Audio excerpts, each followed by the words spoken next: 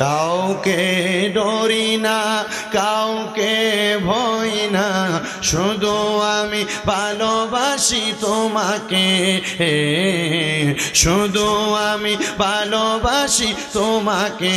সেই উসিলায় ক্ষমা করো মোদের, বলেন না, সেই উসিলায় ক্ষমা করো মোদের, ক্ষমা করে দাও, মাফ করে দাও।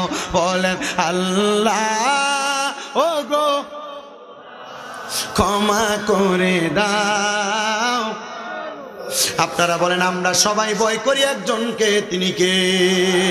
ওই আল্লাহকে ভয় করার কথা আল্লাহ বললেন। যারা মুমিন, যারা ইমানদার, ইত্তাকুল্লাহ, তোমরা আল্লাহকে ভয় করো। এবার আল্লাহ বললেন ওয়াল তানজুর, তোমাদের তাকানো উচিত।